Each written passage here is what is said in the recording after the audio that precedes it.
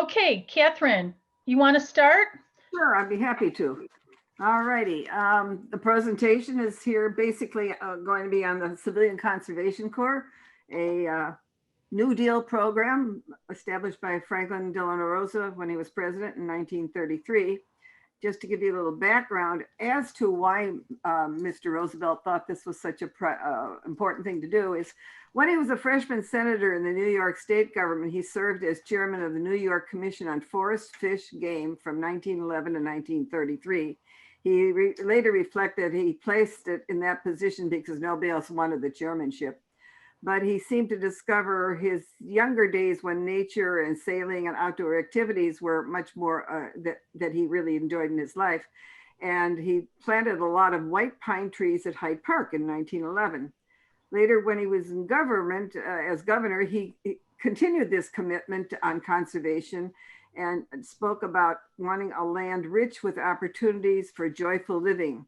We have found that there is no artificial joy to replace the natural benefits of wooded hills, fertile valleys, clear river air, forests peopled with protected wildlife, sparkling lakes, and rippling unpolluted streams. So he carried this into the federal government when he became president because of the fact that there were so many people unemployed. While he was governor, he created the Temporary Relief Administration and employed 10,000 people in relief roles just in the state of New York as a precursor to what he was planning on doing eventually in Washington. So when he was inaugurated as president on March 4th in 33, and within less than 2 weeks, he had called the 83rd Congress together and sent identical bills to both the House and the Senate, the whole purpose of which was to do public works and relief work. And the bills were sent to committee and passed on Congress by less than 2 weeks later on March 27th. He signed the bill on the 31st, and the very first inductees were already in process on April 7th of 33.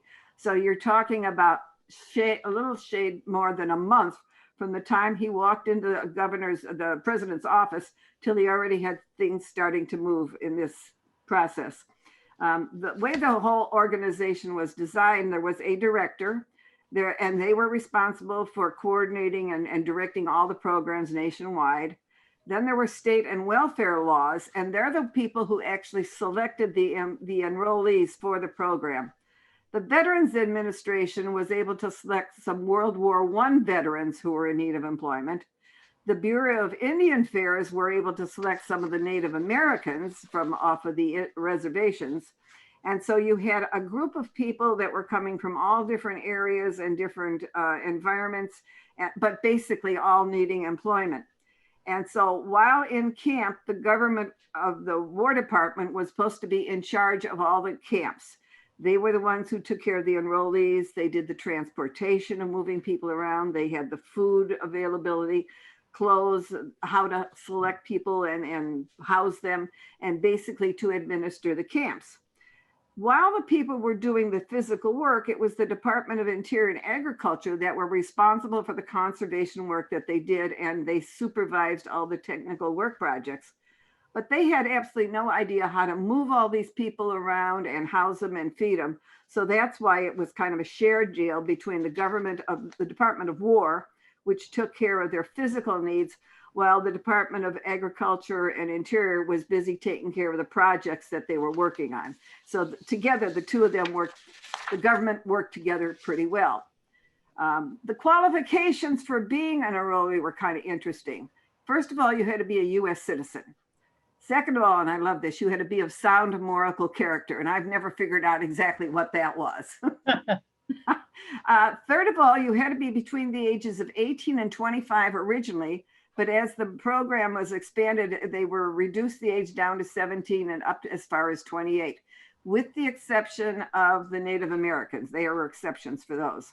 Well, wait. If they were exceptions, they could be younger and older? They could be older. They were not younger, but they could be older. I'll get more into that when I get into the Indian section. Okay. They had to be out of school and not currently enrolled in any level of education. They had to be single. There were exceptions for the veterans and the Indians and Native Americans in there too. They had to be unemployed and in need of employment. And they weren't just sitting around doing nothing. They had to be physically fit and mentally fit to do vigorous work. These were the criteria. And if you passed that criteria, the Home Relief Bureau is the one that said, yes, you are eligible. The compensation that they received was a grand total of $30 a month. Now, $30 a month is a lot of money in those days, except for the fact that 25 of it automatically went home to your family every month. So you got a big fat $5 a month for your labor. And if it was in that period of time, as long as you were working in the in the CCC's area, your family got the $25 a month. If you left, if you went AWOL, something else happened, you were called back home for some reason, then the $25 that would have normally gone to your family every month, that ceased. So if you weren't doing CCC work, your family did not get the money.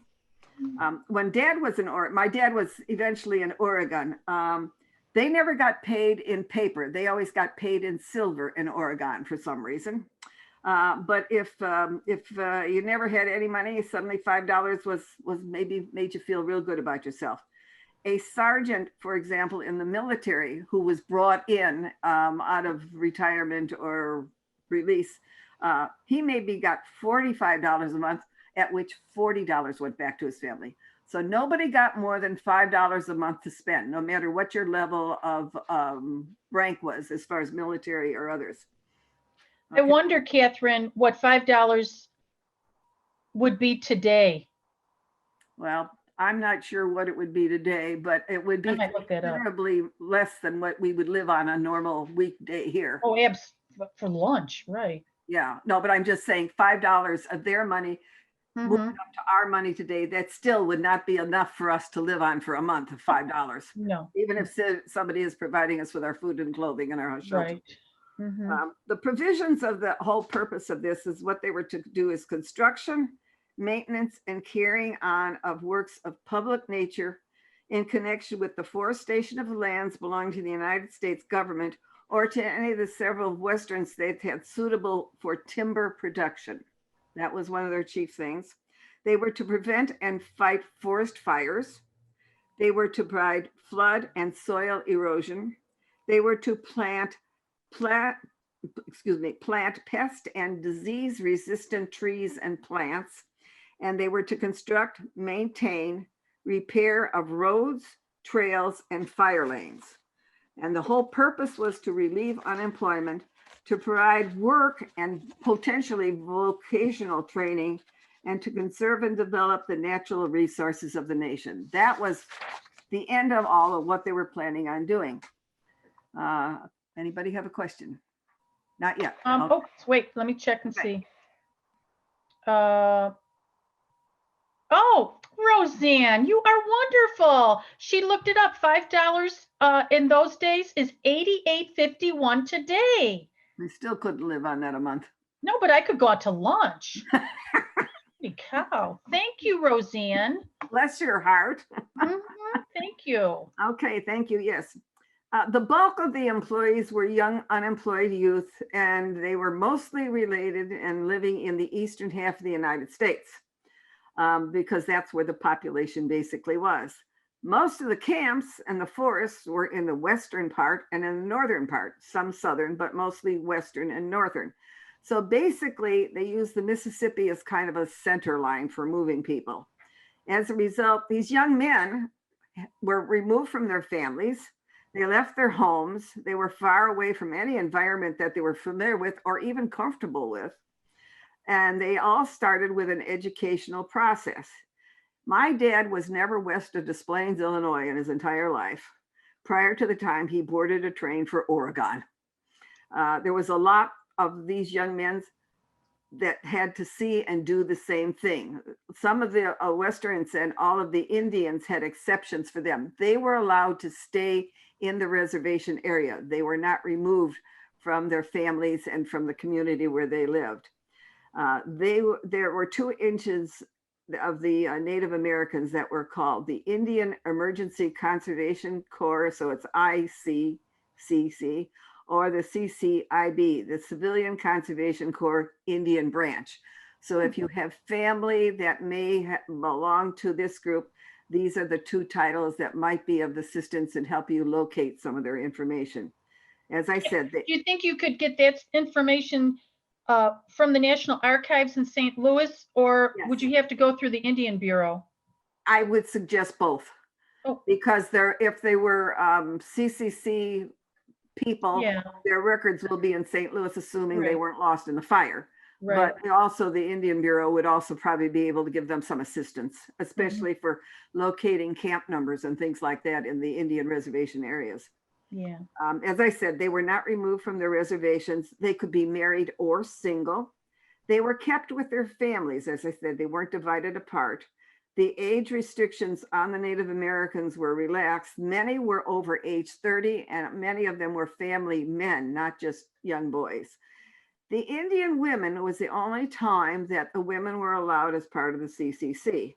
And they took on the traditional roles of cooks and typists and secretaries in that process. But later on, even these roles were assigned to Native American men. So the women were removed from that. Eleanor did not like it one bit that there wasn't something for the women. I bet she didn't. She did not at all. She did not at all. The white man who was in charge of the Bureau of Indian Affairs was the administrator for most of the work and the level of bureaucracy and organization that was part of the Indian culture. And they had some of their own people as well in the structure, but mostly it was the quote white people that took care of it. Then referring to the Black Americans or African Americans or colored, depending upon what you call yourself at different points in time in the process of the government. 10% of all the enrollees were set aside for these people, totaling about 200,000 in total over the period of the CCC.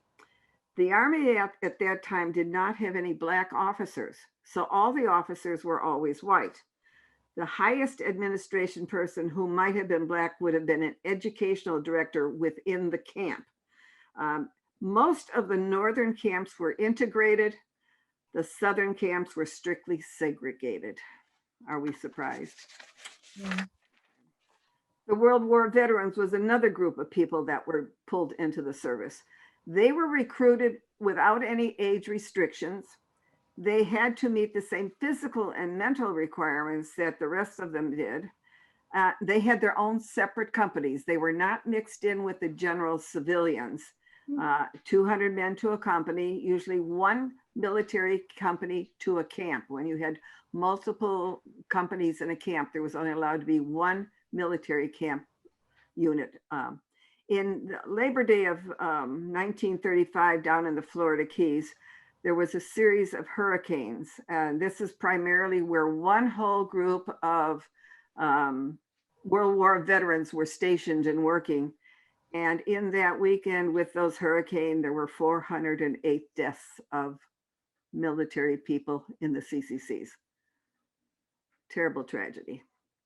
There were other deaths by way of accidents and disease, but this was a single loss of life in the entire history of the CCCs.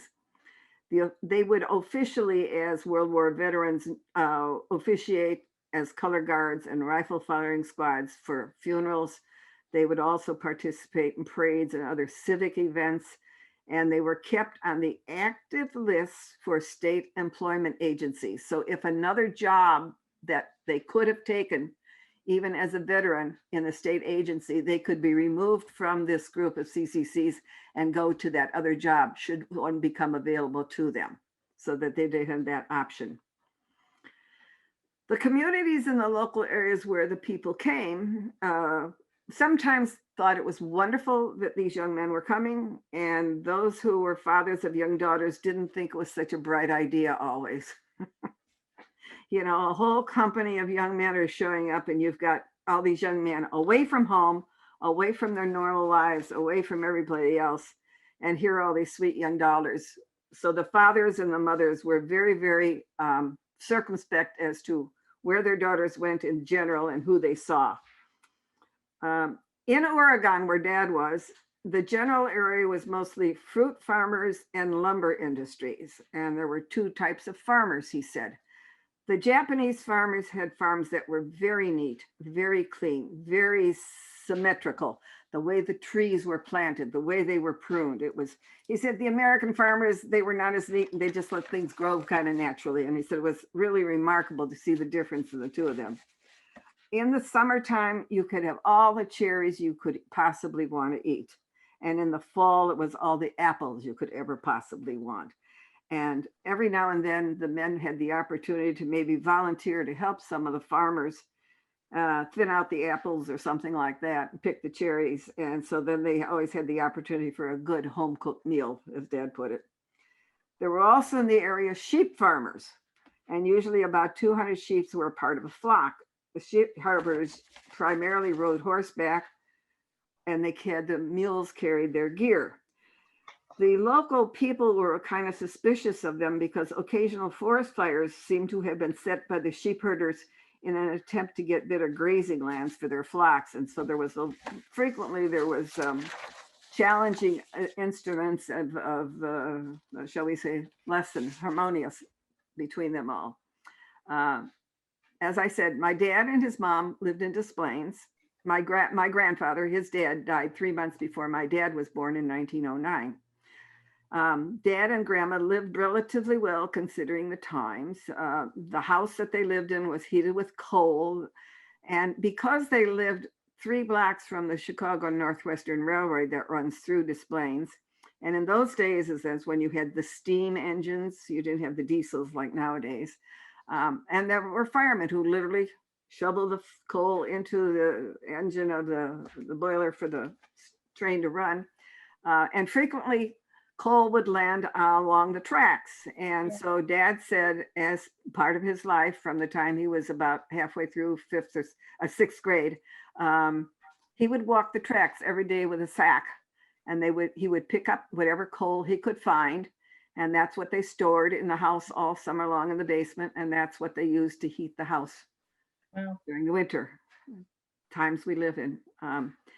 He said once upon a time, somebody must have told a fireman about Mom and Dad, because occasionally, right even with their house, he'd find a scoopful of coal. And he said, I just took the scoopful and I left the rest for everybody else. Oh. Remarkable, remarkable. Mm-hmm.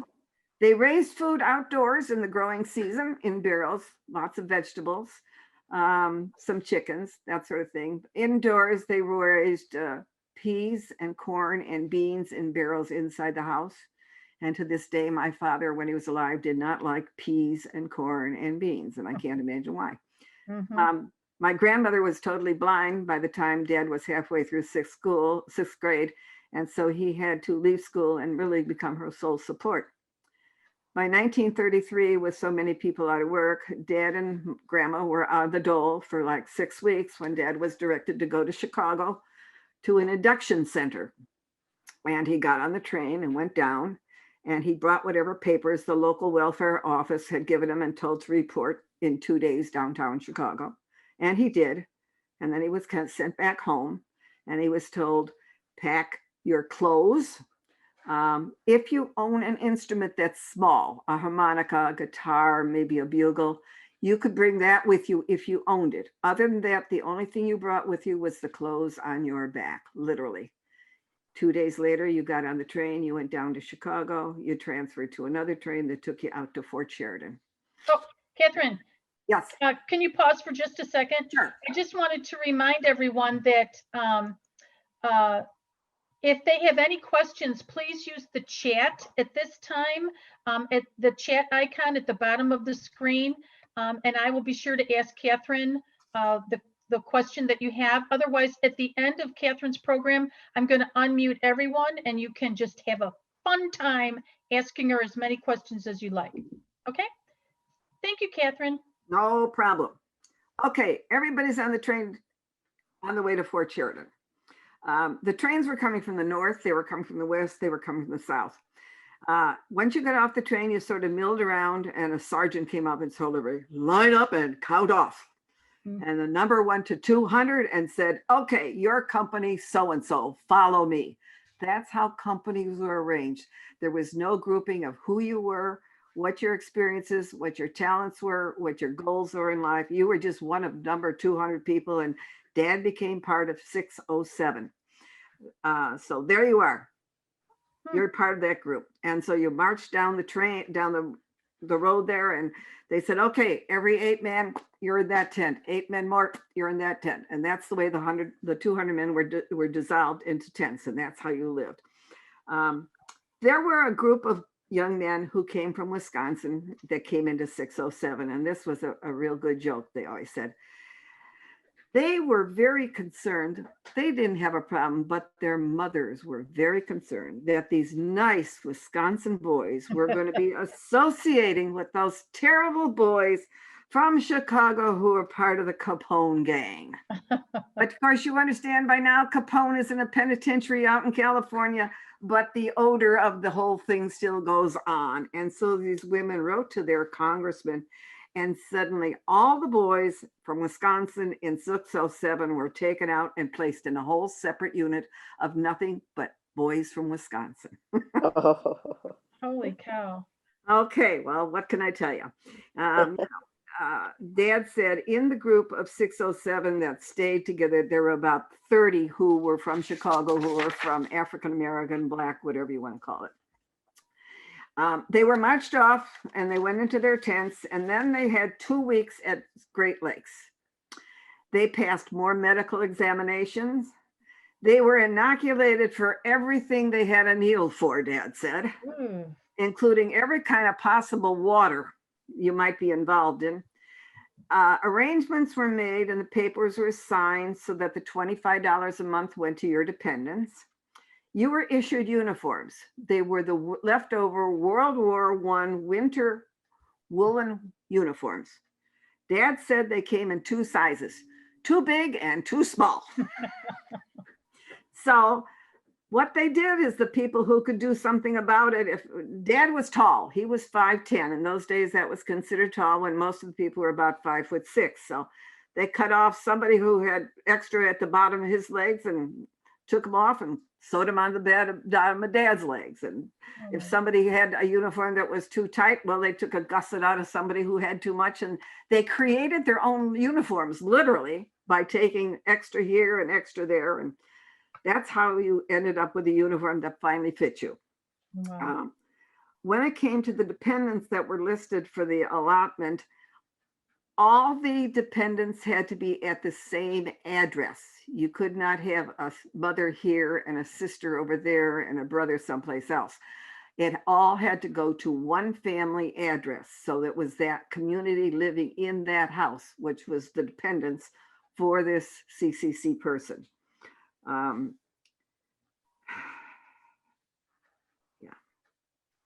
The family members could still, these other family members living in this family could be listed with the welfare for other work. They were just not eligible to be part of the CCC if they were male. That was all there was to it. It was only one per train, one per family. Once they got on the train, it was kind of interesting at the end of the 2 weeks. There were no civilian passengers on the train at all. There were 10 companies of 200 men each on a train. 2,000 men on a train and not a woman in sight. Okay. Dad was part of a group of 23 that were going a little ahead of the rest of 607 because he was going to be there to kind of, they called it a straw boss. He was going to kind of get things settled and started because most of the others were only just about 18 years old. They were on the train 2 days and 2 nights from Fort Sheridan to Vancouver. In the daytime, it was just a regular coach and there was a hammock hanging overhead. At nighttime, the seats folded down and 2 boys slept on the benches that folded down, and one got the hammock overhead. Now, Dad was the longest one, so he got the hammock overhead. He didn't sleep too well. It was the train was rumbling and making noises as it was swaying, and he'd never ever had the opportunity to sleep in a train before. And I wasn't too sure he was real thrilled with that at that point. But at least he wasn't crowded on a bench with somebody else. Meals on the train were interesting. They were, like I say, on the train for 2 days and 2 nights. And so when it came time for meal, they had hot meals 3 times a day.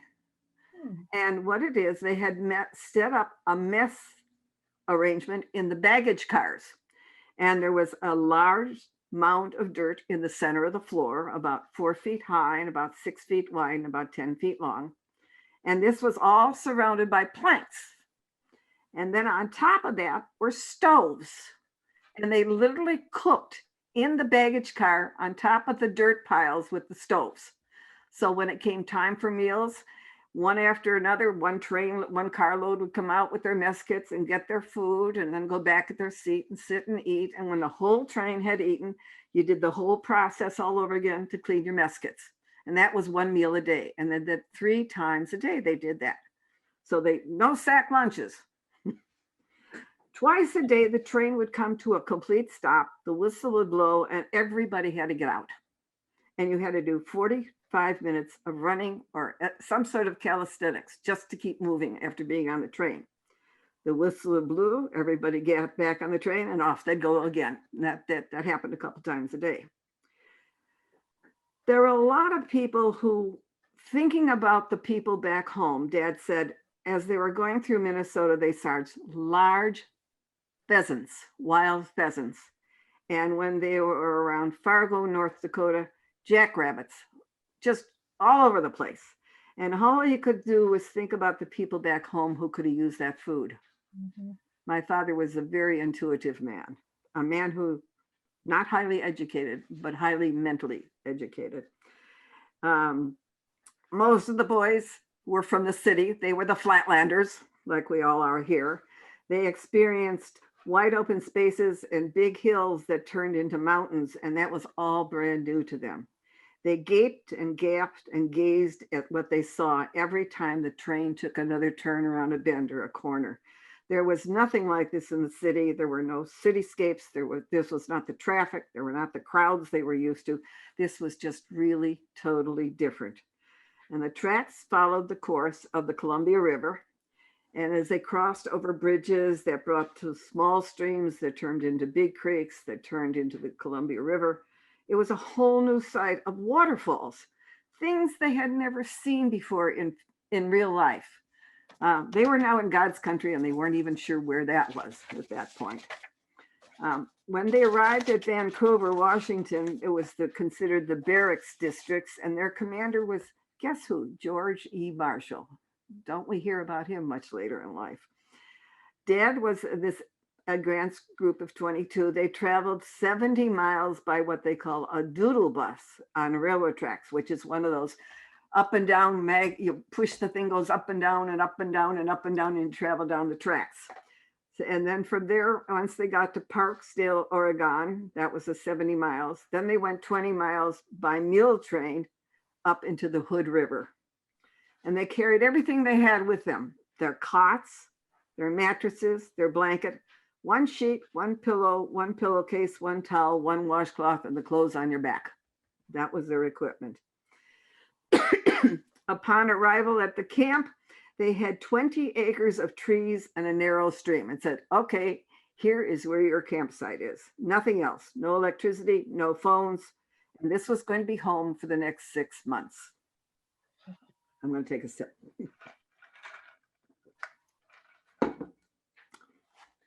Their first order was to basically set up a campsite, for which they had to cut down trees, and more trees. They cut trees by the day, and during the night, those that were not going to be used for some other purpose were burned at night. But that was only when the winds died down, so they didn't in turn create a forest fire of their own. They set up their own cooking area after clearing the ground down to bare earth. They had 8 inches of tree stumps that surrounded a big metal slab of metal, and they inserted over that 21-inch stovepipe that protruded out of the fire that was built on the ground so that the smoke could clear away. They made coffee in 50-gallon cans. Holy cow. 35 pounds of coffee and 45 gallons of water made coffee. I'm not sure it may have tasted great. Their food that they started with was hardtack left over from World War I. Could have been left over from the Civil War, from what I've also understood. Some fresh fruit did arrive when the rest of 607 arrived later on, about a week and a half later. Again, they set up a tent area, 8 men to a tent, and they started building temporary buildings over. These were not meant to be permanent buildings. The first thing they made was a mess hall. Then they made the latrines and the shower facilities. Now, in order to do that, you had to have some water. And Dad did say there was this little narrow stream, and it was ice cold because it was spring fed. So it was bitter cold all year long. And they used the water for cooking and laundry and bathing and refrigeration, of course. When the rest of the company came, they came with fresh food, including chicken that had not been refrigerated. So the first meal there, they cooked chicken. And the next 2 days, everybody in camp was busy in the latrines throwing up from food poisoning. Mm-hmm. So they figured out they had to do something better, and they went to this little spring.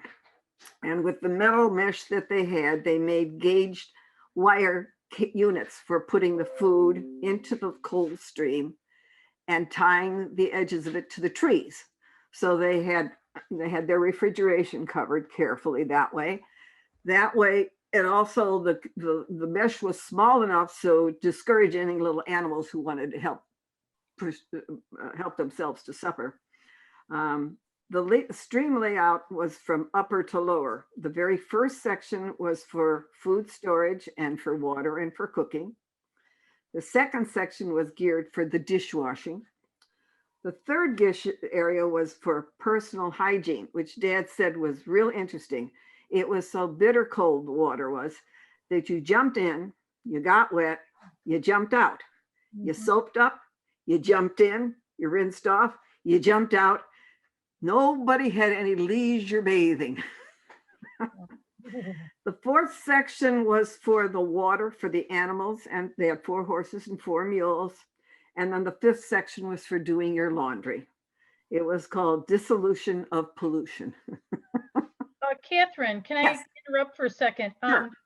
Here they're in Oregon, they're in the mountains. They're eating food left over from World War I. Tell me, no one thought to hunt? Oh, yes. Yes. Periodically, some of the native civilian people in the community would bring in fresh killed bear and deer. But the CCC men themselves did not go hunting? No, they were not allowed any ammunition. Oh. No, they were not allowed. Okay. Basically, the rest of the food all came by way of the Quartermaster Corps from the government. But the fresh meat mostly came from the deer and the bears that the native people in the area, the citizens, if they had extra food left over or something like that, they would do that. They would bring it to the, and a lot of the local people really enjoyed having them there because there was a lot of money coming into their community by way of the military. And so it was, while you had the disadvantage of all these young men and all these sweet young girls, you also had the advantage of the people in the area having different people in the community learning things. And another thing that was really helpful was what they had LEMs, L-E-M, learned educatable men. These are men in the community with skill who were hired by the CCC to come and teach these enrollees. They taught them reading, they taught them writing, they taught them arithmetic. They taught them skills that they would have learned had they finished grammar school. My dad did not finish grammar school.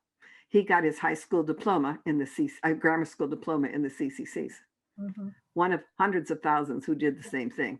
So these learned employed men They got paid a salary of $70 a month in order to come and teach these young people, not only school activities, but also vocational things. My father learned to be a surveyor.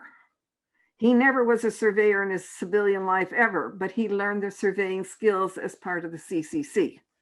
And there were all kinds of other things. There were mechanical things and all types of different, plumbing, carpentry, all these different things. Most of the men learned how to use a shovel and an axe. Yeah. But they also did learn other things, and they did learn to read, write, and get some school equivalency. As I said, there was no electricity at these sites. It was all done by lanterns and wires and things like that, but there was no electricity, so there was no radio. Obviously there was no television. What they did have in buildings were dimly lit with lanterns. They did have what they called a mess hall, and then they would have a recreational hall that it would be used for recreation or education purposes when it wasn't being used for meals.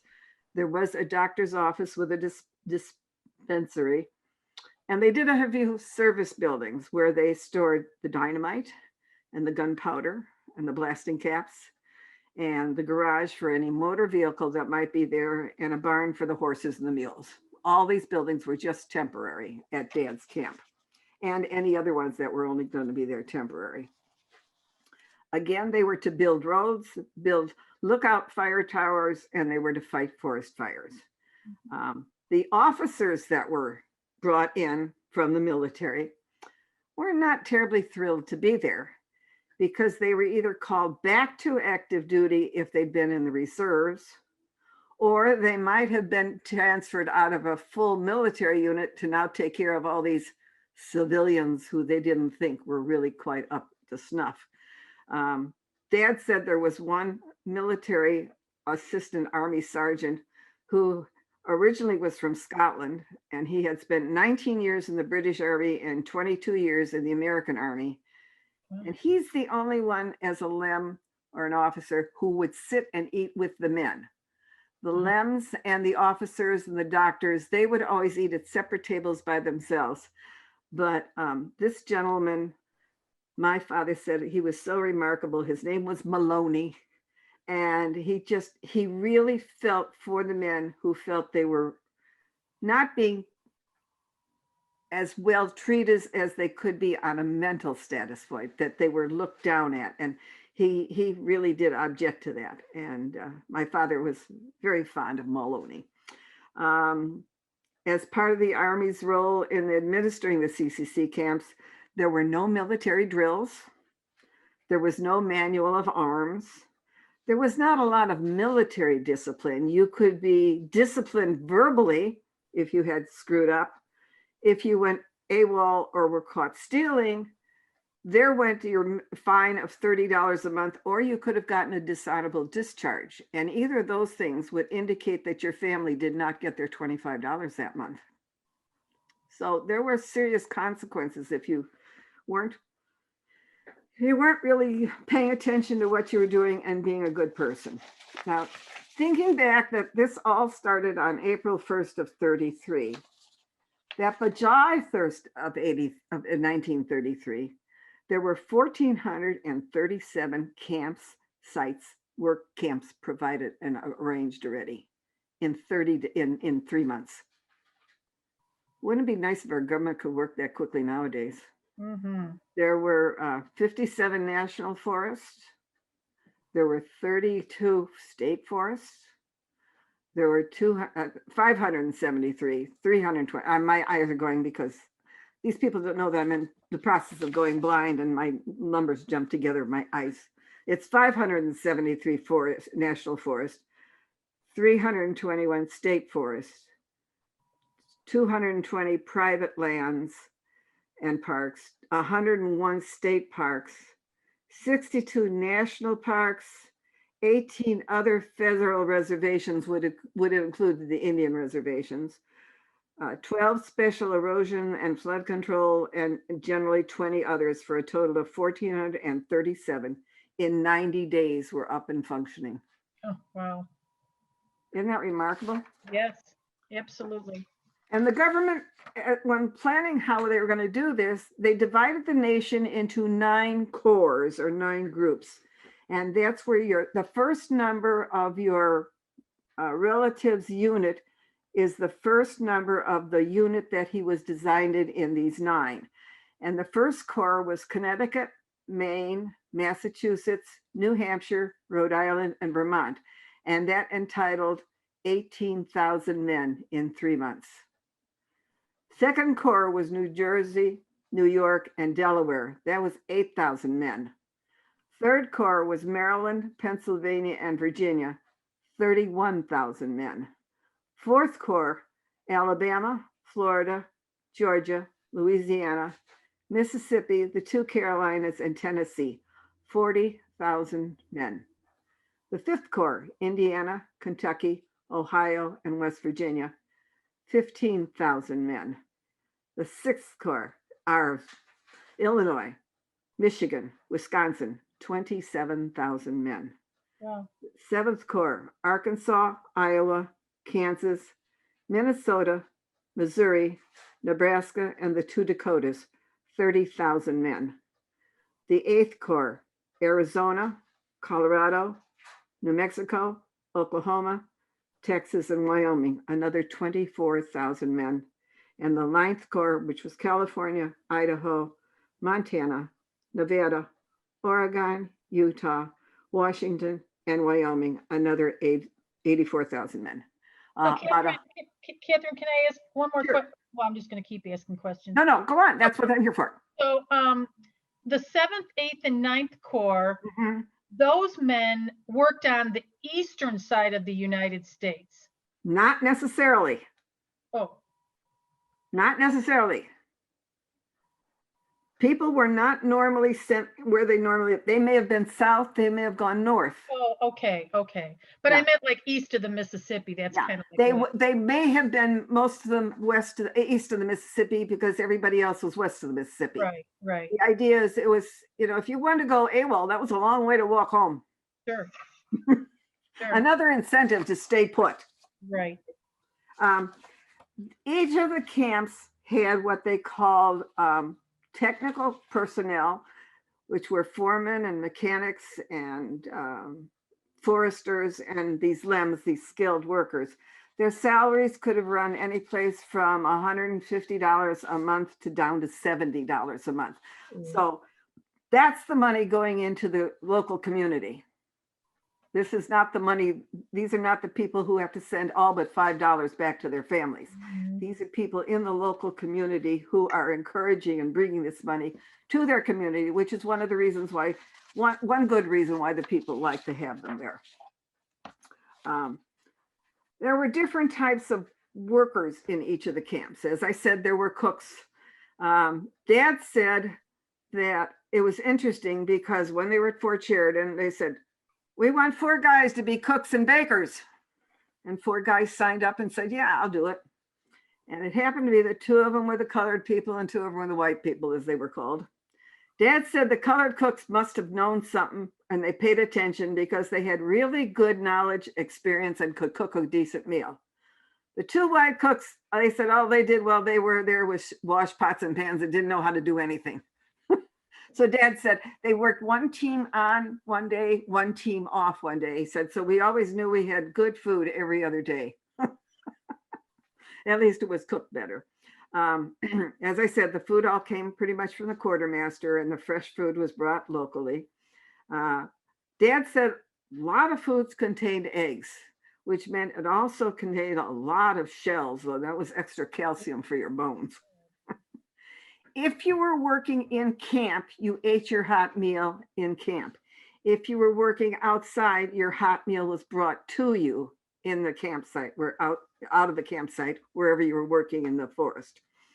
There was a doctor who checked on the personnel every 2 weeks for venereal disease. And the cooks were checked every week for that same thing. Dad at one point was in a hospital in Vancouver for 3 weeks. There was one of the campers had died of spine and meningitis. And the doctor thought that Dad had had it too. So for 3 weeks, he was in the hospital. He said he wasn't getting any worse and he wasn't getting a whole lot better. But for 3 weeks, he had a different life. He had clean sheets and good food. So then he went back to camp. The weather, very hot in the daytime. They worked in short sleeve shirts or with their shirts off. At night, you slept under as many woolen blankets as you could find. The summers were very, very dry, and dust was something really that they dealt with. So 2 men at each campsite, their whole job was just wetting the ground to keep the dust down. It was that way for the whole summer, and then for 3 months in the fall, it rained solids, so everything turned to mud. On June 28th of 1933, they went up to a mountain at the 3,000-foot level for a government park around Lost Lake, which is a huge lake near the city of Portland, and that's where Portland got their water. It was a very clear lake loaded with fish, and the men thought they were going to go fishing. Well, they were out there to shovel the pathways and the roads so that the people coming up for the celebration for 4th of July could get up to the party. They didn't get to fish at all. Religious services were held either in camp or at a church in Wood River, which was 20 miles away, which is the nearest town. If you wanted to requisition a truck when they had one to go to town, you had to have at least 5 other people go with you.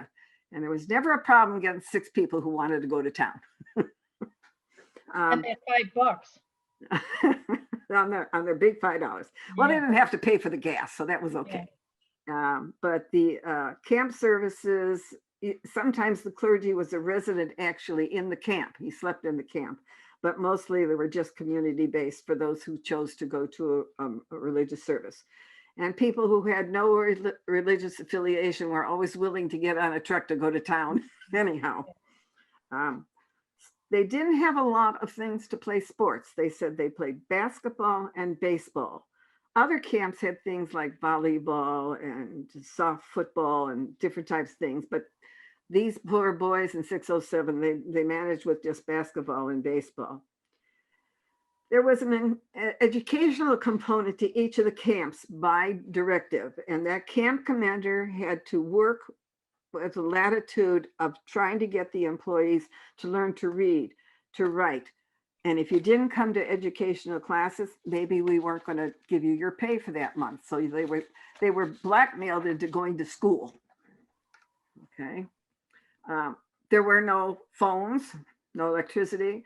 The nearest switchboard was 20 miles away in Hood River. So if somebody had to make a call or get a call, that had to be arranged, so you had to go that far. Mail came once a week. They had their own newspaper called Happy Days, which was a publication nationwide for the CC camps. They came out once every other week. Some camps even established their own, maybe learned how to do printing and publishing, and at some other camps, but this was not at Dad's. As I said, there was no radio, no electricity, no movies, just play cards. Maybe these people who had instruments would put together a little band and do some singing. Absolutely no beer was ever allowed in camps. So nobody got to have a glass of beer. Wood River had a recreational center, and there were a number of CC camps in the general area that used Wood River as their base. There was a pool hall and a ping pong tables, and on the first floor there was a dance hall. And the fathers and mothers were very cautiously around the edges watching what was going on when the young men were dancing with the girls. And there was one fellow from Chicago, Dad remembered, who had a knife for some reason. And he was doing this wild dance with a knife. And at one point, the knife landed point down on the floor. No more trips to the dance hall for him. He was assigned to keep at the camp from that point on. I don't know what it was about. Dad didn't say. So maybe Dad didn't know, but he just didn't get to go to town anymore on those occasions. Each of the enrollees had to do their own laundry. Sheets and pillowcases were laundered through the quartermaster each week, and the officers and the other paid personnel had to pay to have their own linens done, but the enrollees each did their own laundry.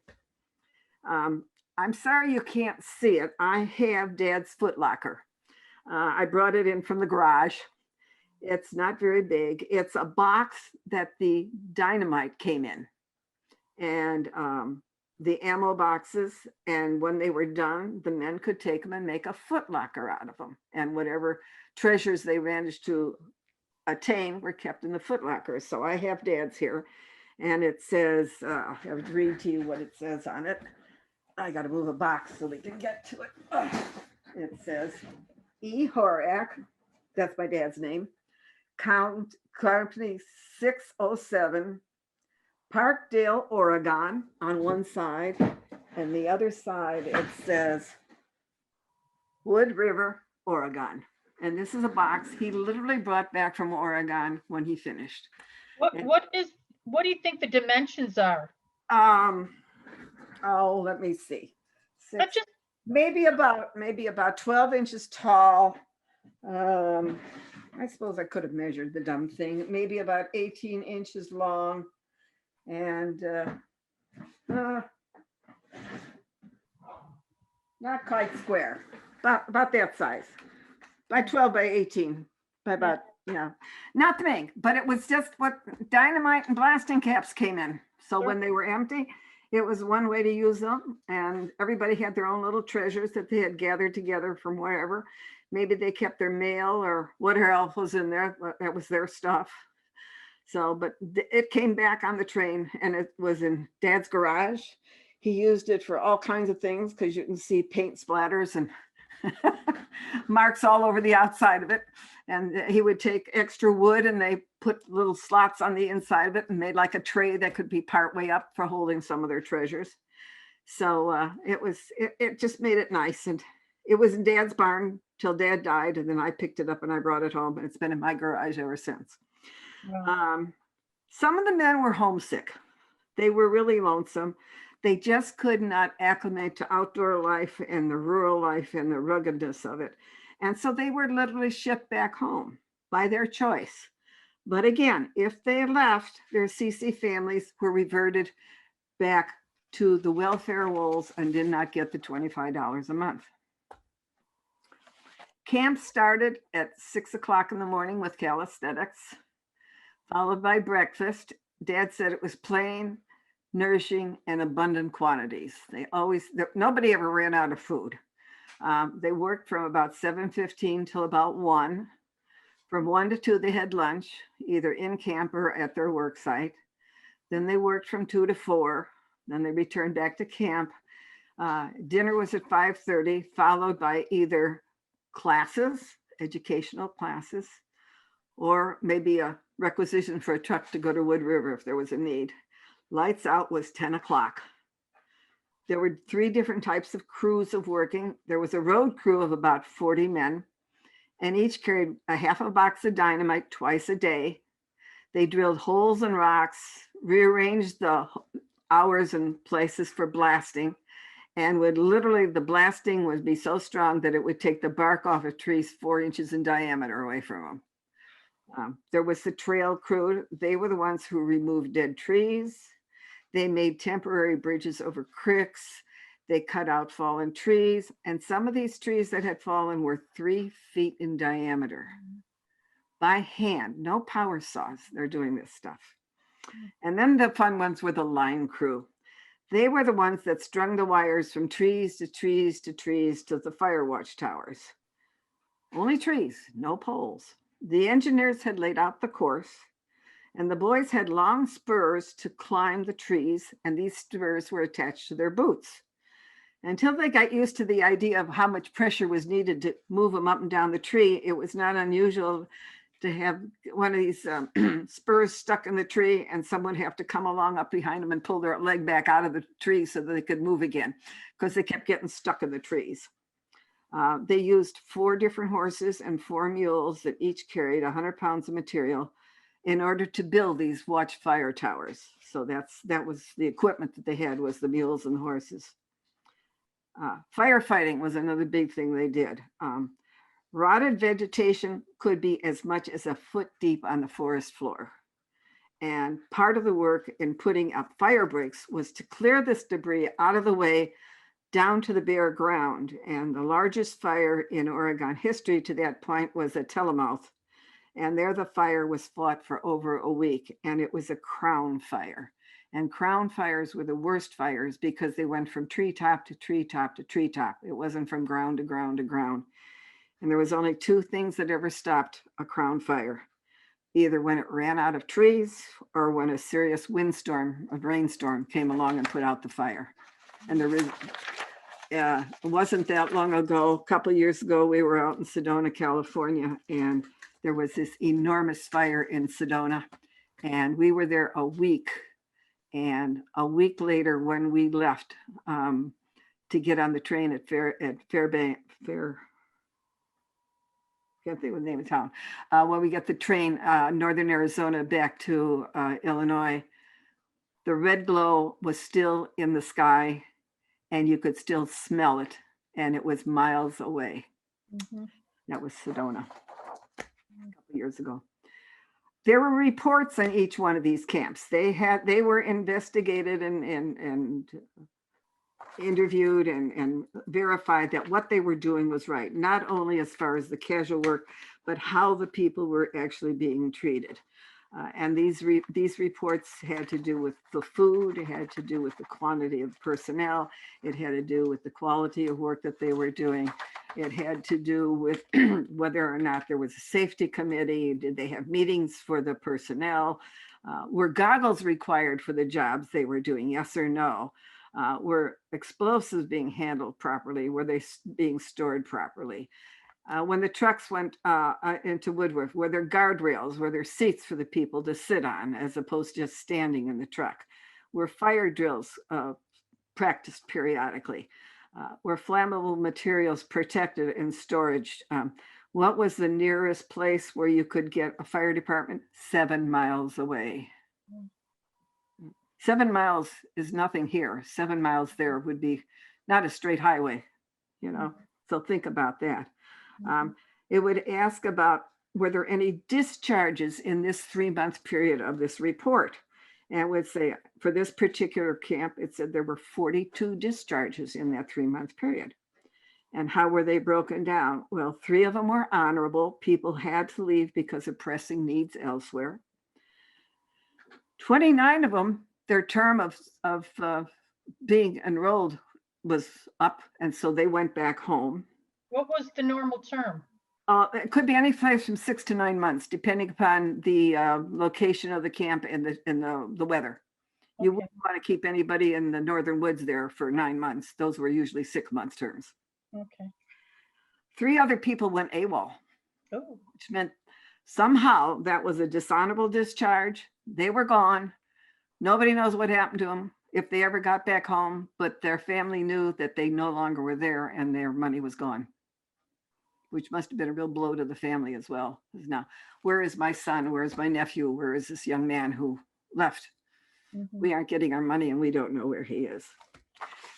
And there were budgets that each of these camps that they had to maintain, so much money for each person as far as their expenditures. And there's one report that I found interesting. It said, XX earnings on ration savings account for the month of January was exceeded into the savings account, not used.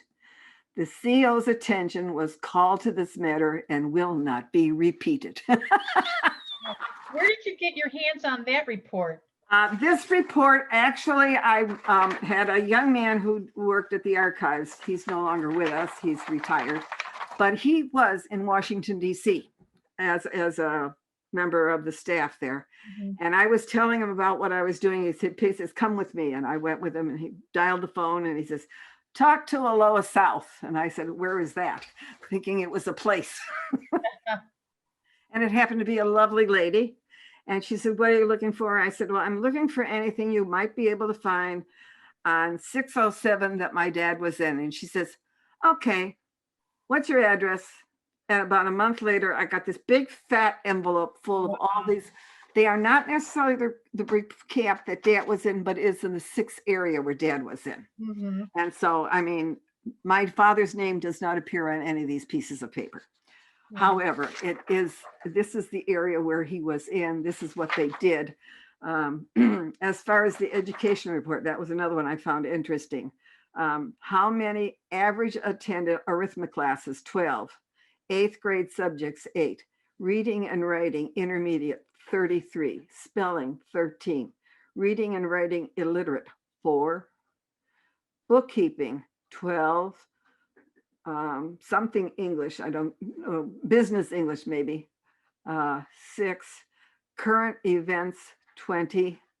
Junior high subjects, and then it lists how many people attended each of these types of classes for this one particular camp. So this education was really important.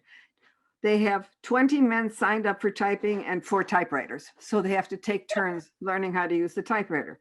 Yeah. Some places had welding parties and woodworking parties and blueprint and auto mechanics and just trying to see what leather work, journalism. These are the types of things that were vocational as well as just plain educational things that the men had the opportunity, excuse me, to learn as part of the CCC program, which really, Dad had one other interesting thing to say about the whole CCC process. He said, had it not been for the CCCs, we would have had a much more difficult time getting ready for World War II. Yeah. Because these young men had gone to the point where they had learned some military discipline. They had learned, they were more educated as far as reading and writing and understanding that sort of stuff. They also had the opportunity mentally to be prepared to be away from home and somewhat independent and being responsible for each other and as well as each other. Whoops, I just lost you. I don't know what happened. Well, we can still hear you. Oh, okay. All right. Well, okay. I'm just trying to think. I'm trying to kind of watch my time because I'm a little over 7 now. I'm just wondering if you can do like a couple more minutes and then we're going to open it up for questions. Fine. Okay. Okay. If anybody has their pencil and paper ready, if this is what they need, if you're looking for personnel, remember these CCC people were not military. These are civilian personnel records that you're going to be potentially looking for. And the place you get those records, if you can, is the National Personnel Records Center, National Archives and Record Administration, 111 Winnebago Street, St. Louis, Missouri, 63118. And if you do request something, specify as much as possible the person's full name, their date and place of birth, if you happen to know their social security number, because they have to be deceased to get their records, because there are personnel records. Any date and location of CCC service that you might have opportunity to know, and if they had any position. If the person is deceased, all you have to do is include either a copy of a death certificate or a proof of death from a cemetery or an obituary report, something like that. So if you're looking for pursuing your own family records, this is one of the things you can do. Kathryn, can you repeat that address just a little tiny bit slower? I'd be more than happy to. Civilian Personnel Records, National Personnel Record Center, National Archives and Records Administration. Street address is 111 Winnebago, Winnebago, Winnebago Street, St. Louis, Missouri. I gotta get this straight. 63118. Okay. All right. No problem. There's one more thing I kind of wanted to wrap up if I can find out where I've got it, because I've been kind of jumping around to cover all this material for you. As far as the number of people that were actually involved in the program from the beginning to the end. I thought I had it in here and maybe I don't, but it was literally well over 200,000 people.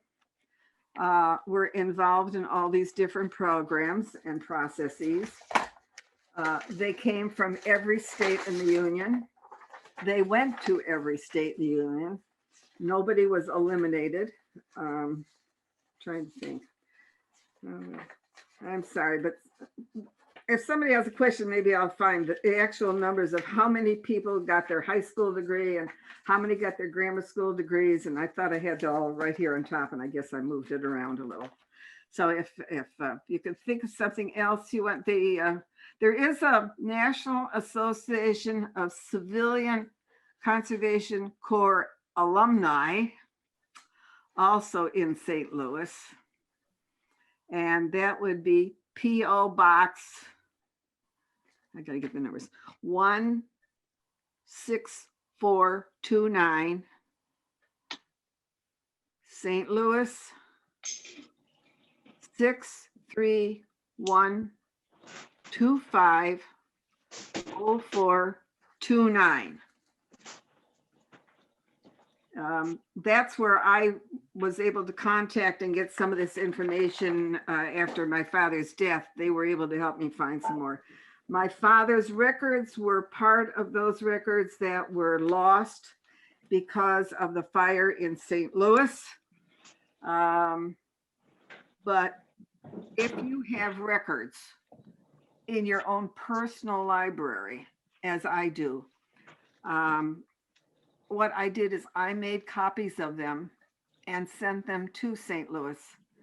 So the file that was on my father is not as incomplete as it was, because all they had was the one indicating that he had indeed been a member of the Civilian Conservation Corps, that magnificent army of youth and peace that has put into action the awakening of the people to the facts of conservation and recreation, and with all honors complete his tour duty at the Scobie Lagoons State Park, Winnetka, Illinois, August 6th, 1934. That's what his record certificate indicates.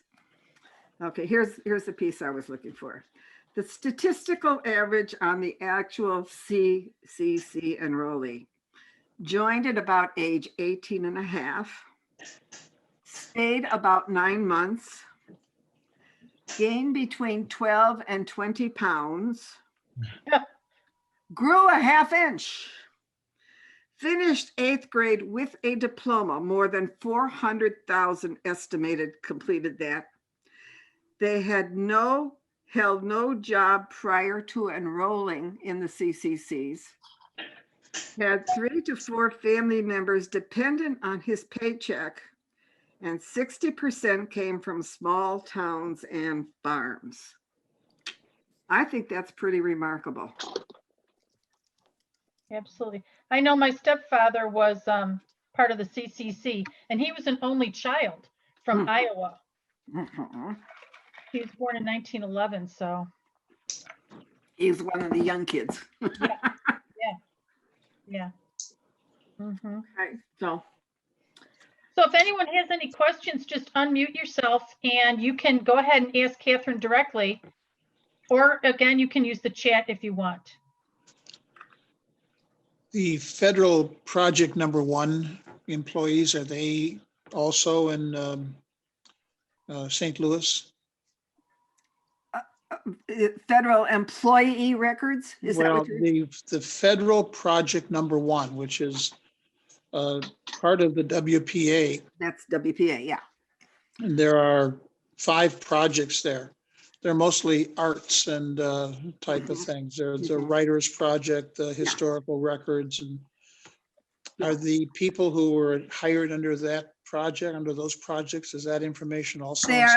They were hired as individuals, not as employees. So it's not like they got a paycheck and, you know, like you would be an employee of Kroger or Jewelty or, you know, Amazon. They were there for short periods of time. They did the job that they were to do, but there are not personal records on anybody who worked WPA unless they were an officer. Well, Okay, so I I I have had records. somebody, what I've got is somebody in the, like in the 1940 Yeah. census. Uh-huh. He Well- lists as his employer, or his Mhm. job is the WPA. That's right. and That's right. His, There will not necessarily be, he was a musician. yeah, okay, but there will not necessarily be a employment record as a WPA personnel unless they were an officer in the personnel, the government end of it. Joe Blow, who signs up and he was working at, let's see, I've got one here in front of me. I've got a young man here who worked at Kraler Manufacturing in Naperville, and he lives in Naperville Township. In his registration card for the 1942 draft. It's another place where you can potentially find people. But indeed, if it says working for the WPA or the CCC, any of those type of things, they're there temporarily. It's not an employment record like you would have at a standard company. But would they have their name, service dates, They may. where they were assigned? Depends upon whether or not the records were lost in the fire. Okay. There was this major fire in St. Louis. Yeah. But if they Mostly, exist, if those records exist, they would be in St. Louis. if the records did exist. If you find that you have some record indicating that they were there and you have supplemental information, as I did, I went and I made copies of all of that and sent it to St. Louis to be added to my father's CCC file, because all they had on my dad was the one page saying that he had graduated and had served honorably. Everything else was lost in the fire. So now his more complete file is of the paperwork that I had, letters of acknowledgement and recommendation for his work at the Skokie Lagoons. Okay. Okay. James, just so you know, when I did my WPA program in 2018, I was able to obtain the copies of paychecks of Angeline Wozniak and her two daughters, who worked in the teen section of the WPA in Indiana. Mhm. It cost me $75 for those papers, and I did have to wait, maybe about 2 or 3 months for them, but I did get them from St. Louis, Mhm. Missouri. Mhm. Yeah, that's where the personnel files are kept. Right. Kathryn, we do have a question from Shirley. She asked, how can I get military records of my dad that is sick and unable to give information? I don't have a lot of information on him. All I know is that he was in the military in the 70s. Oh, okay. What branch of the service was he in? Shirley, can you unmute yourself? Oh, I just put, Oh, yeah, we can hear you. Okay, yeah, Yeah. Shirley, go Army. ahead. he was in the Army. He was in the Army. He is in the Army. Okay. If he is still existing alive, you cannot get his records without his personal permission. He has to sign a document indicating that they are free to release to you, his relative, and you have to indicate the level of relative in order for them to release his records to you. He can request his own records and then give them to you, but you cannot get them without his permission. Okay. How Yeah, old is your father, Shirley? Pardon me? How old is your father? 77, but he's not able to do any of that. He's He's not well. able to sign a document indicating that it's all right to release his records to you. No, he isn't. No. I mean, you can't prepare the document and just have him sign it and notarize it. I don't think he'll be able to do that. I'm not sure. Yeah. Okay, well, that's what I would suggest. That would be your best bet. Okay. Thank you. Sorry, I can't give you more. That's fine. Thank you. They charge for this? Yes, they do. Oh, yeah. Yeah. Yeah. They didn't used to, but they do now. Yeah. Is it expensive? Yes, Mhm. depending upon the record and the number of pages that Yeah. the report will contain. Mhm. Ah, really? Mhm. Yeah, I want to say one price is up to 25 pages, and then anything over 25, and I could be wrong on the number of pages, but I know that I had like 40 pages and it cost me $75. Wow. Yeah. Mhm. But in the end, I just thought it was extremely valuable and well worth it. Mhm. You know, I mean, I got to see weekly paychecks and what she did in that time period and the pathetic salary that she had. But it was a salary and it was food on the table. That's right. You know, it was food on the table. It was the equivalent of $25 a month for some Yeah. families. Yeah. Yeah. Yeah. Yeah. The other thing, as far as wanting to know what your family may have done as far as WPA and or CCC projects, if you go to your local historical societies, frequently they will have an indication of what may have been done WPA and CCC in your general local area. Yes. I know when I used to go a different way into the archives, I'd go 79, was it 75th or 79th Street? And then instead of taking the turn and going to 1220 and 45 to 55, I would go straight and then make the turn.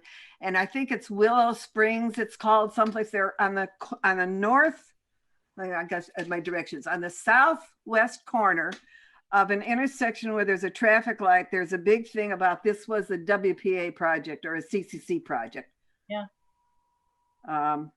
So it isn't that far away. Right. Obviously, things like the state park out in, along the river there. I'm brain dead. I'm sorry. It's okay. Starved Rock was another huge project by the WPA. Yeah.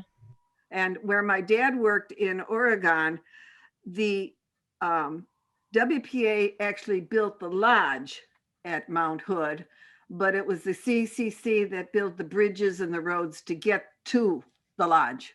Yeah. So that frequently there was an overlap, and two of them were working on the same project at the same time, but they were under two different auspices. Yeah. How long did the CCC program run? The CCC program ran from 33 to 42. Oh, until 42. Wow.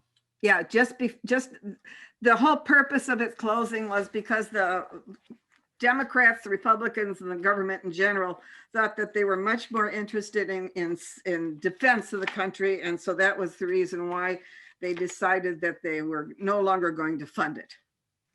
Okay. Okay.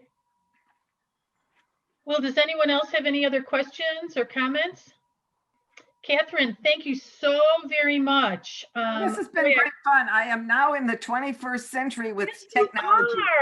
Yes, you are. And I can't wait to book you probably for 2022 if you're still doing this. Oh, as long as there's somebody can, if indeed I am legally blind at that point, as long as I've got a daughter or a son-in-law who's willing to take grandma around, I'll be happy to do whatever I can to help. Or we could even do it Zoom. I know that you volunteer. How long did you volunteer at the National Archives? I think it's 37 years. Yeah. So I think you know a little bit about it. That would be really interesting to share some of those stories. Well, one of the pieces when we originally talked about me doing the first program before that all hit the fan, Yeah. I ordered from, Boston, Waltham, Massachusetts, which is our extension branch there. When I was there, one of the people working there said, Kath, and I was introduced and where I was from and why I was there, etc. And the man said, I got to show you something really important. And so I went with him, and he went in the back room, and I put on a pair of white gloves, and he handed me a piece of paper, and I looked at it, and it's the second naturalization ever issued by the US federal government. Oh my goodness. The first one is in Washington, DC. The second one is in Waltham. And one of the pieces I requested was to have them send me a copy of that. So I could have shown it to you if we had done that program. Yeah. Wow. Yeah, every once in a while you come across a real treasure. Yes. Just interesting things. There was one census where the census taker must have gotten bored, and he drew a picture of a person on the sheet. There was an enumerator down in Texas, and I think it was the 1880 census. on the little card that was supposed to be the card before you went to the big, the big sheet. And he put down, old hag refuses to answer. Oh, jeez. Portland, Oregon, we found one where, the enumerator got paid sometimes 10 cents a line for each line that they filled out in the enumeration forms. And so there is a line with a name, and the occupation is an organ grinder, and the line below him is his 10-year-old monkey. Oh, geez. Wow. Wow. So you Well, yeah, we're gonna have to book that program too. Well, I mean, it's just interesting things you find in 37 years. Yeah, I'm sure. Well, thank you. So many people, Kathryn, are sending their appreciation and thanks that they very much Yes. enjoyed your program. Good. Um, That's what it's all about. That's Just right. share the knowledge and encourage the search. Yeah. Well, I want to thank you again, and I want to thank your daughter, Maureen, for helping you get this whole Zoom connected. She and our son-in-law James and his son Nathan. Yeah. Well, thank you. Thank you. Does All anyone right. else have any questions or comments? No? Okay, we're gonna end this, and thank you all so much for joining and participating. In any questions, if you have any questions and you think of it later, give me a jingle at the library or just email me, and I'll ask Kathryn if she'll answer them for us. No problem. Everybody stay safe and stay well. Thank you. You as well. Yes.